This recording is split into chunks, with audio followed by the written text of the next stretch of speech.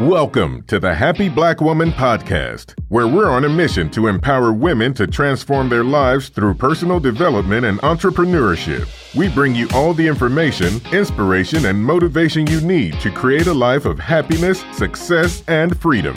Now, please welcome your host, the Happy Black Woman herself, Rosetta Thurman. Welcome, ladies, to the Happy Black Woman Podcast. It is so good to be back with you. We have been sharing a lot of our webinars and trainings because that's what I've been up to. But now I am excited to bring you some more interviews and conversations with inspiring women from our Happy Black Woman tribe.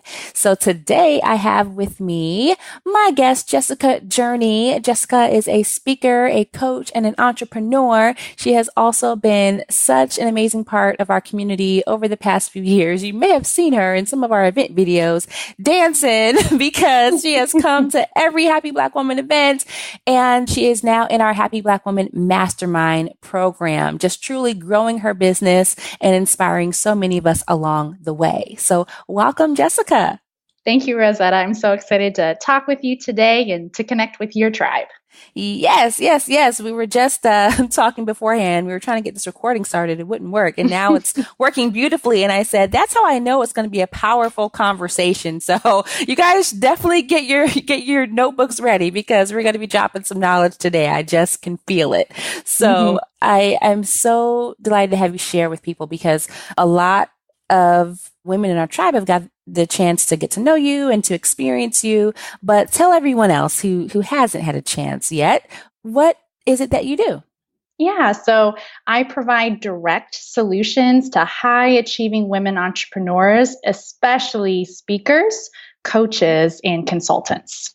Wonderful. And how did you end up doing this? Like, for those of you, wait, before you answer that, I have to tell you guys, I always like to share how I know people and get them on the podcast. So Jessica is a member of our tribe. She's come to our event. She's done the courses and she's in the mastermind, but me and Jessica go way back, in the nonprofit world. So we knew each other back when I was in the nonprofit industry and she was in nonprofits. We were both in fundraising. And we shared, I don't know how many stages, at least one stage together, speaking about leadership and career development for young nonprofit professionals. And so I've seen Jessica speak and also she's spoken on our stage. And so I loved that we got to reconnect in the entrepreneurship world because I had so much fun watching you in, being a part of our community in the nonprofit world. So that's one connection that we have that I know. But from there, what's the story about how you went from, being in the nonprofit world to now supporting entrepreneurs? Yeah, I love this story, Rosetta, and our stories are intertwined in this way. So I started out actually just with a blog in grad school because I wanted to get a job after I graduated, right? And from that blog, I started getting requests for consulting and speaking. And you're right, the first time we met live was back in 2011. I think you were the keynote in Grand Rapids, Michigan for a national conference for young nonprofit professionals. And I think I was like a plenary or something, but it was my first paid gig. And I made a huge mistake from the stage. And some people just think you've got to get it all perfect to be able to make money and to have it grow as a business. But I made a huge mistake. I said sex from the stage, and my topic had absolutely nothing to do with sex. Okay. What do you mean? Everything always comes back to sex. So I'm like, oh my gosh, what do I do? And so I punt a quick joke back to the audience. They laugh and laugh. They fall in love with me. I fall in love with professional speaking. And to top it all off, I still got paid. And so from there is when I knew speaking was for me. It really was making that mistake that made me realize, like, if I can still get paid, still win over an audience when I make a mistake, I can totally do this. So from that experience, I kept up with this side hustle, but I never really took it seriously until a couple years ago. And my family was deciding to move from Indianapolis to Chicago. And I'm like, am I really going to go hustle for a job? Like, do I really want to put my fate in some hiring manager's hands? And instead, I looked at my husband and daughter, and instead of thinking, oh my gosh, they're the reason to play it safe and put my head down and do what the boss expects, I'm like, they're the reason I should go out on my own, build something of my own, and take it way more seriously than I did my previous side hustle. And so that was a real turning point for me, that decision of seeing actually building a business as a better, more calculated risk than trying to just find another job. And so I looked around for resources and support. And then that's when I realized, oh my gosh, look at everything Rosetta's done. She's no longer doing the nonprofit speaking and consulting. She's got her whole empire built already, with the Happy Black Woman community and your personal development and business development resources. I'm like, I want to take it more seriously. And so I want to invest in myself and, work with somebody that I already knew, liked, and trusted. And so it was just a no-brainer for me to enroll in your Launch Your Business program. I love it. I mean, your story has so many lessons. So I hope, everyone's hearing them. And, just to pull out a few, there's often this realization, this point at which we discover that, hey, you know what? I've got something good here. I've got something valuable here. And most women don't take that next step to see how it can be monetized and all that. But you've moved forward and made progress so quickly in this. And, I know that there are other women who want to. So I just want to pull out there are strategies and tips and tools that Jessica can share, and we'll share a few here. But the first thing is making that decision that you are going to monetize what it is that you're good at. Like, you figured out that, I'm good at speaking. I'm good at helping people. And I think I can get paid to do this even outside of a job. And from that decision, you're able to create all these possibilities for clients and speaking gigs.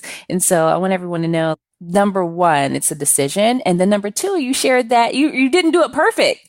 Like, you didn't do it perfect and you still got paid. And that's such a huge lesson I think many of us need to learn over and over again, because as women, especially as Black women, and especially as women of color around the world, women in general already are programmed to try to get it all right. And, bad things will happen if you don't get it right. And just in general. And so for us, when you add other things on top of it, and then trying to be entrepreneurs and trying to be mom, I know you've got your baby and you've got your family and all that, there's more and more pressure. And so for you to be able to say, you know what, I can still make mistakes. I can still, mess up and still get paid and do what I love is a really powerful lesson. So I want everyone to hear that as well. Absolutely. It was super helpful for me to be able to, give myself space to be me in my business. That's part of it too, that I hope your audience hears, Rosetta, is that we don't go out on our own to still follow somebody else's rule book. We go out on our own to be more fully ourselves. And part of that is a process. And I do see, especially as women, we hold ourselves to an impossible standard. And so learning how to be a great boss for you, which means realizing that sometimes you're going to make mistakes, it's a part of life and it's a part of business growth. But from that, yeah, absolutely, you can still make money while you're making mistakes, and you can still make a huge impact on people's lives, even while you're not getting everything perfect. Yeah, because we'll never get everything perfect. That's the thing. It just won't happen. So what are some tips you can share with the women listening about how to get started with speaking? I know that there's so many women in our tribe who want to speak and want to, share their message, share their story. Every woman has a story, and people feel that it's so hard to break into it, to get started, to even figure out what am I going to say. So what are a few tips you can share to help them with that? Yeah, of course. So in my business, I do help speakers make money sharing their message from the stage. But the very first thing anyone needs to do who wants to take their speaking career more seriously is to really focus on a couple of key topics. So as women, we do have stories, and we have stories within stories and stories about stories and just gobs of stories. But for us to be able to stand out to an event organizer or to a conference host, we really need to get clear. So if you're listening and want to take a note, I think number one is get clear on your story. And what this looks like is not looking externally and looking at what everybody else is doing, but looking at you, looking in the mirror, picking up your journal and your pen and start writing, start brainstorming, start journaling about who you are and the message that you want to share with the world. That's number one. And it's, to be frank, most powerful, most simple, and the thing that dictates the rest of the process for you. It's really important to get super clear on what that message is that you want to share with the world. Yeah, there's so many things that people want to share, but narrowing it down definitely is one of the first steps so people can get that clarity. And once they have that, what's next? Yeah, what's next is really figuring out who you want to share that message with. So I think sometimes we think we can do anything or everything for everybody, but it's just not a successful way to run a business. Instead, the more focused we can be in who this message is for, from that, we can make clear action plans for who to reach out to. So if you're trying to reach a specific audience, then all of a sudden we know who we need to contact. Who is that conference host, that has a retreat coming up this fall for Black women entrepreneurs about aligning their personal and their professional life.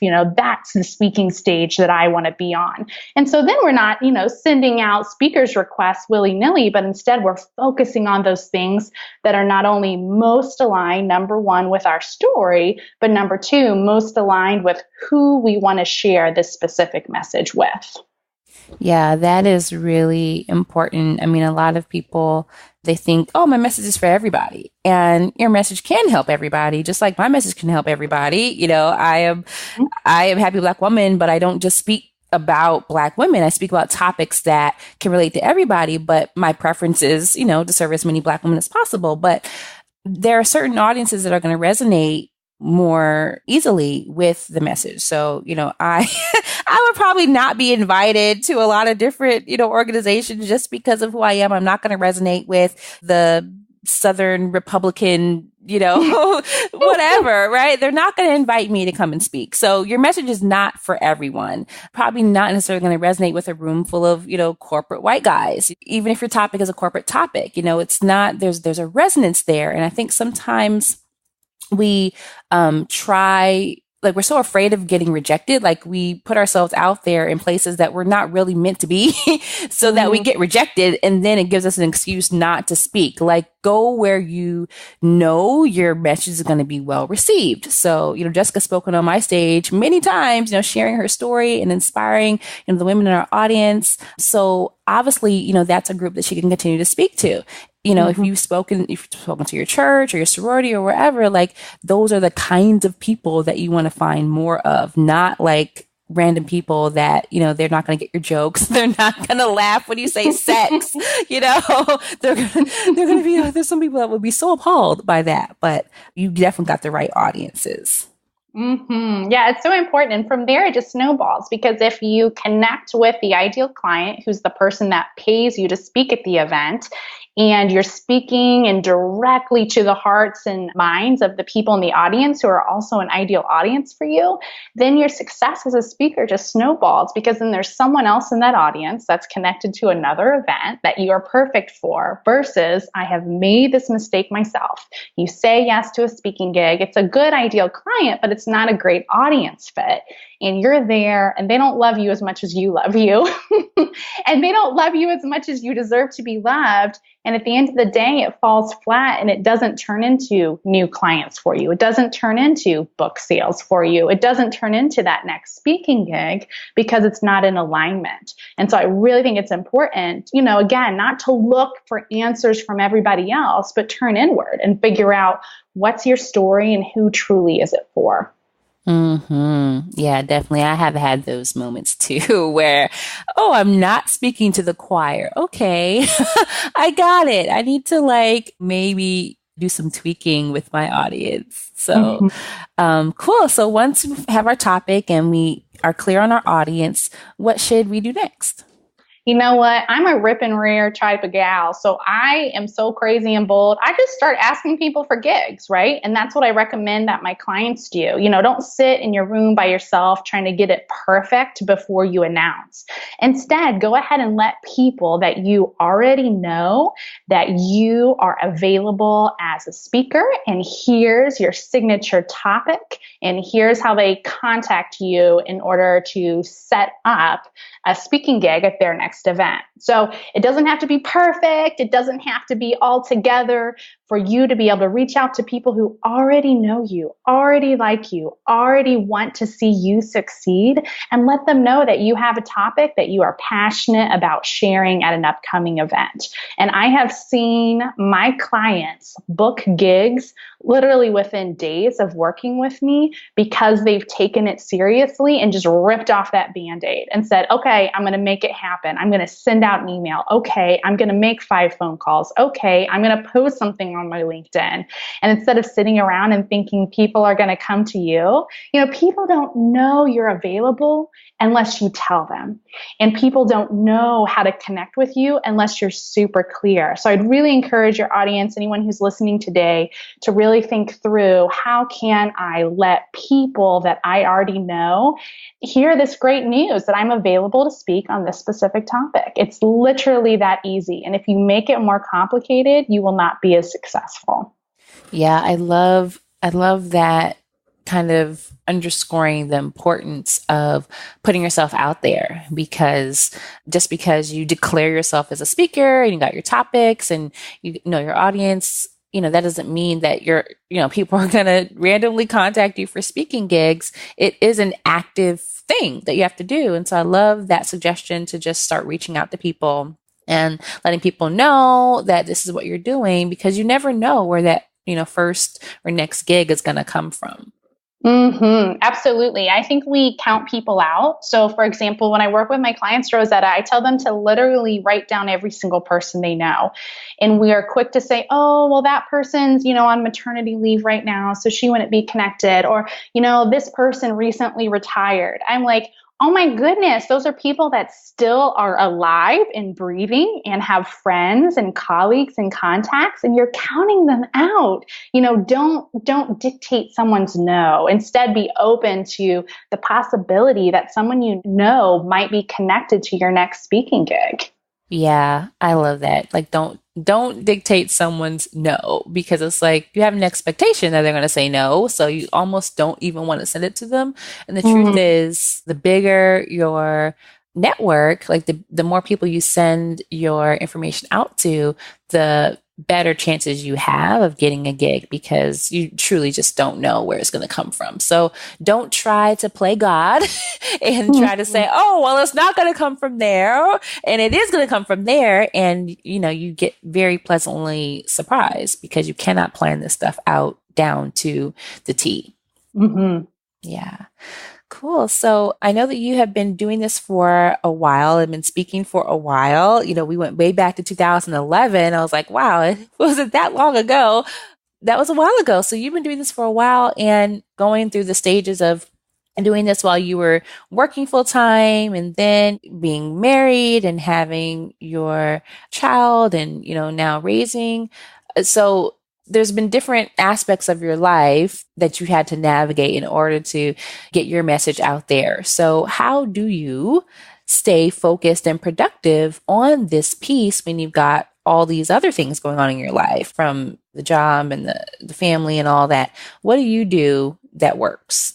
Yeah. So what works for me, and I've played around with several different tools, Rosetta, but what I ended up doing, and I encourage your audience to consider this as well, is I created my own one sheet planner. And why I did this was because I kept on trying other people's planners and it just kept not working for me. And the number one recommendation I can, share with your audience to get focused and to get results is to find what works for you. And so the great thing about this one sheet is if it doesn't fit on the piece of paper each day, then I literally can't accomplish it. And so at the very top of the page, there's a place for me to write my intention for the day. And I have a mantra that I say, I attract and receive the abundance that God has ordained just for me. And I don't have to earn it, is my new addition to that mantra. And so I have that intention at the top of the page. And then I have my morning routine. So I get up before the husband, before the daughter, and even before the dog, so that I get my quiet time and my inspiring morning routine. So I stay connected with me and connected with God. And I make sure that I keep a space for writing out my schedule for the day. And then I literally just write the top 3 things I want to accomplish for my business and the top 3 things I want to accomplish for my home. And that's it.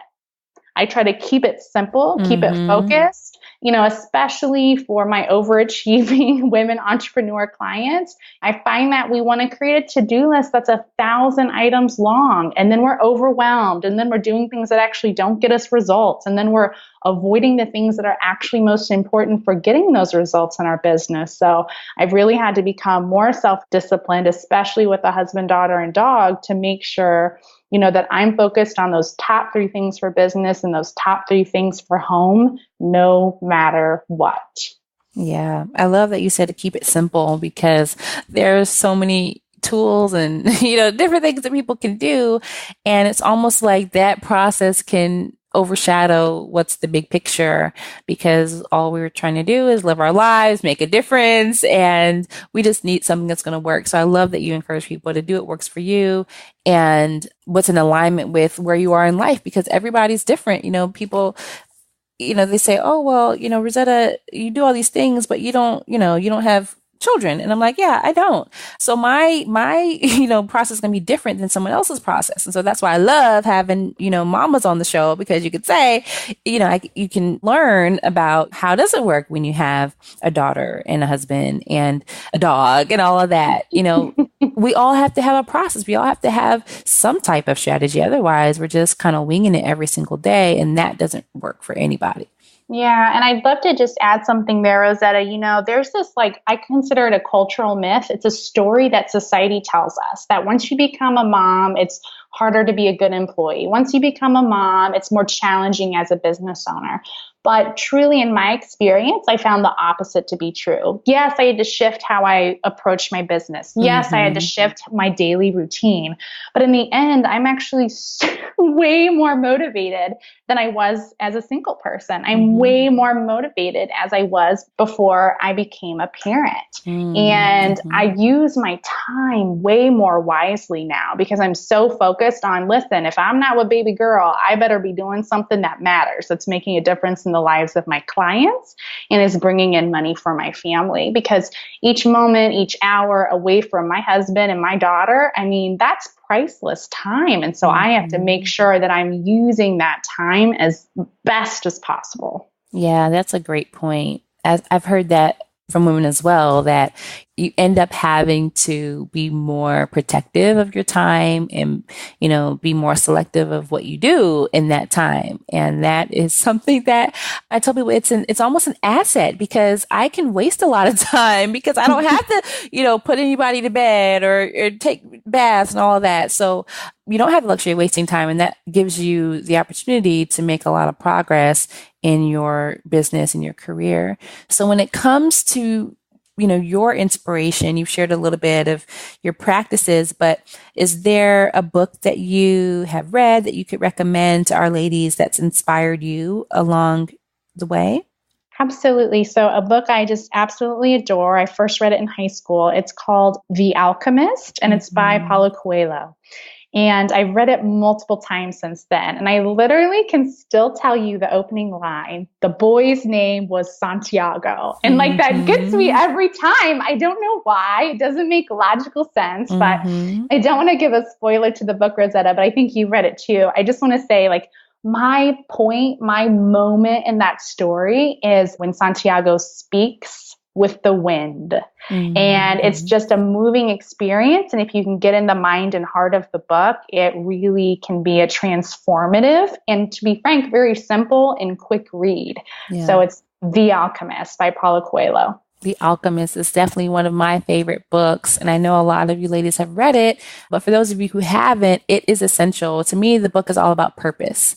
It's all about following your purpose no matter what. And so when it comes to the work that you do, I can totally see why that's one of your favorites, because everything that you have done has been on purpose in your career and in your business. Absolutely. It's been very inspirational for me, and I keep coming back to it. That's how it's become a favorite. Yeah, a lot of people, they read something once and they never go back to it. But the favorites and the most inspirational books, I keep going back to, and I buy my own copy, and then I buy them from my clients. And, you know, I end up having multiple worn out ones with notes and things like that. Like, when you guys are getting these book recommendations from our guests, these are things that you can use now, and you can get them from your library for free for the most part. So cool. Thank you for sharing that. And given the success that you've had in your business as a speaker, as a coach, as an entrepreneur, knowing that the women listening are likely in the beginning stages or they're in the growth stage, like knowing what you know now, what's the number one piece of advice you would give to that woman who's listening in and she's like, man, I would love to be doing that, right? So we always hear like, I wish I could be walking in my purpose and speaking and really making a difference, but, what's the advice you would give to her? Yeah, my number one advice for your listening audience is to get out of your own way. There are two truths that I see with women in business. You know, number one, you are literally the answer to someone's prayer. Someone needs you. Someone wants you. Someone's literally looking around their life, wishing they had someone that could help them with that exact thing that you can do. And number two, you are literally sitting on your money. The money is available to you. The services that you offer, people are willing to pay for. And the only thing that's stopping you is you. So please, number one truth, get out of your own way. Yeah, I love what you said about, you know, being the answer to someone's prayer. Like, there's so many people, especially when you speak, that I know probably come up to you and they're like, you know, Jessica, you've helped me. Like, what was it for you, even in that experience of, you know, speaking around the country, where you were like, okay, what I'm doing is making a difference? Absolutely. So when someone like bum rushes you after you walk off stage, that's when you realize, you know, you really made an emotional, spiritual connection with the audience, and what you've said has truly impacted their lives. You know, there's something about being on stage with a microphone in front of a room, people listening, creating that real connection that's truly once in a lifetime. Like, once the speaking gig's done, you can never fully actually recreate what was experienced there. And there's something very alive about that moment. And so when someone comes up to me afterwards, literally sometimes running, literally sometimes crying and saying, oh my gosh, you said that for me. I was the person that needed to hear what you said. And because you said that, I'm going to XYZ, whatever the changes that they want to make in their life. And it's those immediate responses, as well as, you know, literally weeks or months or years later, someone just sending me a note out of the blue that says, oh my gosh, I remember when you said da da da da da. And that in and of itself was the exact thing I needed to hear in order to make a really important decision in my life. And thank you for being a part of my process. So for me, it's that feedback loop. It's that knowing that, you know, and that's what gives me the nerve every time I'm nervous, because The nervousness never goes away. I think that's a falsehood within the speaking world too. You get better at dealing with it. You get better at understanding where it comes from. You get better at harnessing that nervous energy and, transferring it to those good vibes that you create in the room for your audience. But the nerves never go away. Your ability to conquer the nerves and process through them because you know that what you're saying is going to really matter to someone that's listening. That's what keeps on getting better and better. And that's what gives me my nerve every time I go up to make a fool of myself or say something stupid or, tell my business. A lot of times I share things very personally from the heart with my audience so that they can learn and grow, not in just the superficial feel-good story way, but something hard, something real, something that people know is true. Yeah. And knowing what comes after you get up there definitely sounds like a motivator for you to do it no matter what, because we're all human and we're not perfect. And I think the more that we can show people that you can still live a good life, you can still have a meaningful career, you can still make a difference and leave a legacy, even with flaws, even being human, the more we can do that, the more we can do our part to change the world. So thank you, Jessica, for doing your part and for helping so many other women do the same thing. Yeah, thank you so much. I learned from the best. And you're modeling who you are and what you do, Rosetta, has been a powerful example. And you've been a powerful coach for me too. So thank you so much. You're so welcome. For those listening, and again, have listened and they want to know more, they want to get more wisdom from you, what's the best way for them to do that? Yeah, the best way for folks to connect with me is at www.jessicajourney.com. And, earlier, Rosetta, we talked about what's the 1, 2, 3 steps for getting started in speaking. And that number 1 was all about brainstorming what that specific story is. And I do have a resource for your audience. So when they're on my website, they can go to www.jessicajourney.com/topic. This is a gift. It's a free workbook that walks you through a process of discovering that signature speaking topic. So I don't want to leave your ladies empty-handed. They've got something that they can take and implement immediately so that they take action toward their goal of becoming a professional speaker. Wonderful. I love it. jessicajourney.com/topic. If this is really what you want to do, you definitely want to grab that as a resource. So generous for you to offer that to us, Jessica. Thank you for creating and sharing it with our audience. Of course, you're very welcome. So, ladies, that is a wrap on our conversation about getting started with speaking with Jessica Journey. And this is not the only episode that you want to listen to. If you want to be inspired to follow your purpose and live your dream, especially of being an entrepreneur, go back and listen to all of our previous episodes at happyblackwoman.com. Go to the podcast tab and you can binge listen to hours and hours of trainings and interviews that I've done over the past year and a half. And it's totally, totally free. All right, ladies, until next time, have a beautiful rest of your day. Goodbye and talk to you soon. Thank you for joining us on the Happy Black Woman podcast. If you want all the show's notes from today's episode, go to happyblackwomanpodcast.com. Plus, we'll send you a copy of Rosetta's free life mapping workbook. We look forward to empowering you next time. And until then, do something this week that makes you happy.